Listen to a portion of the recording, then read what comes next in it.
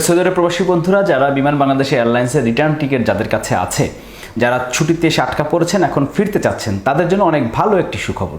বিমান বাংলাদেশ এয়ারলাইন্স একযোগে 12টি ফ্লাইটের শিডিউল ঘোষণা করেছে, যেটি রিয়াদ, জেদ্দা এবং দাম্মাম 3 শহরে যেতে পারবে।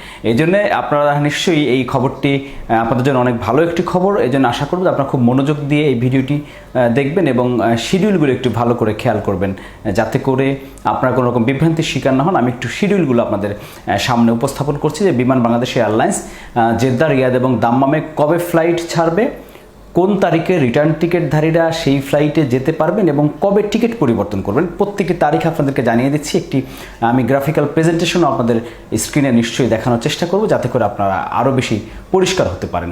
এজন্য জানিয়ে দিচ্ছি যে প্রথমেই যে জেদ্দাগামী রিটার্ন টিকিটধারী যাত্রীদের জন্য যেই শিডিউলটি আছে, সেখানে 1, 2, 3, 4, 5টি ফ্লাইট রয়েছে এবং যাদের 22 মার্চ হতে 24 মার্চের মধ্যে যাদের রিটার্ন টিকিট ছিল, তাদের ফ্লাইট হচ্ছে 30শে সেপ্টেম্বর।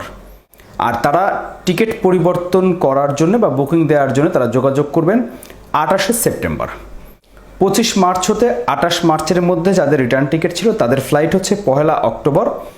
তারা টিকিট পরিবর্তনের জন্য বিমানের সেলস অফিসগুলোতে যোগাযোগ করবেন 29শে সেপ্টেম্বর।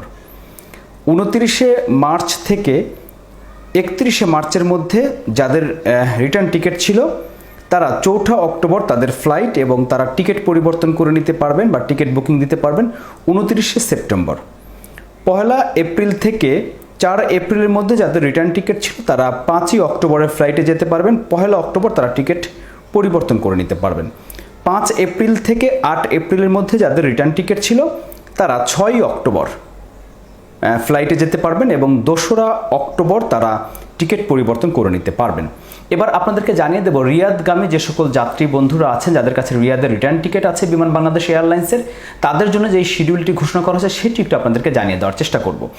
সেটি হচ্ছে যে রিয়াদে 22 মার্চ হতে 23 মার্চের মধ্যে যাদের রিটার্ন টিকিট ছিল, তারা 2 অক্টোবর তাদের ফ্লাইটটি এবং সেই ফ্লাইটটি হচ্ছে যে 1 অক্টোবর রাত 12টা 30 মিনিটে, যেই কারণে 2 অক্টোবর বলা হয়েছে, এবং টিকিট পরিবর্তন করে নিতে পারবেন 29শে সেপ্টেম্বর।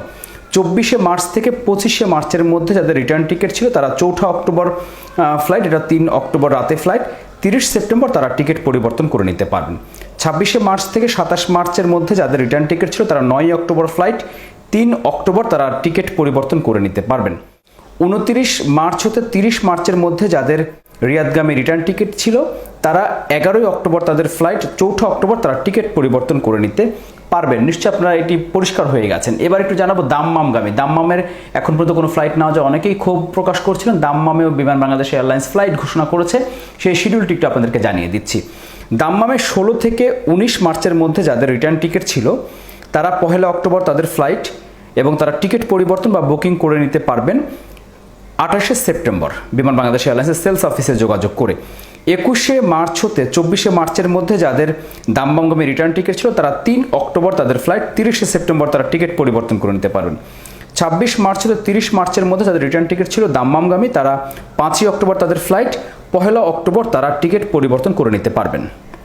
এবং এই টিকিট সংগ্রহের জন্য বিমানের যে কোনো কাউন্টার থেকে আপনারা টিকিট পরিবর্তন করে নিতে পারবেন, সেই সুবিধা কিন্তু রয়েছে দাম্মাম, রিয়াদ এবং জেদ্দাগামী রিটার্ন টিকিটধারীরা। যেই তারিখগুলো বলা হলো, এই তারিখের বাইরে কিন্তু কেউ এসে বিমানের কাউন্টারে ভিড় করবেন না, তাহলে তারা কিন্তু টিকিট পাবেন না বা তাদেরকে খামাখায় কষ্ট করতে হবে। অন্যান্য ফ্লাইটের তারিখ নিশ্চয়ই বিমান খুব তাড়াতাড়ি জানাবে। ফ্লাইটের শিডিউল অনুযায়ী বা শিডিউল প্রাপ্তি সাপেক্ষে, অনুমতি প্রাপ্তি সাপেক্ষে তারা দ্রুতই অন্যান্য ফ্লাইটগুলো জানাবে, সেটি কিন্তু বিমান বাংলাদেশ এয়ারলাইন্সের পক্ষ থেকে জানানো হয়েছে। এবং অবশ্যই আপনারা যেটি করবেন, ভিসা, আপনাদের পাসপোর্ট, আকামা, এগুলো মেয়াদ থাকতে হবে এবং সেইগুলোর কপি আপনাদেরকে নিয়ে আসতে হবে, সাথে করে অরিজিনাল কপি থাকলে তো ভালোই হয়।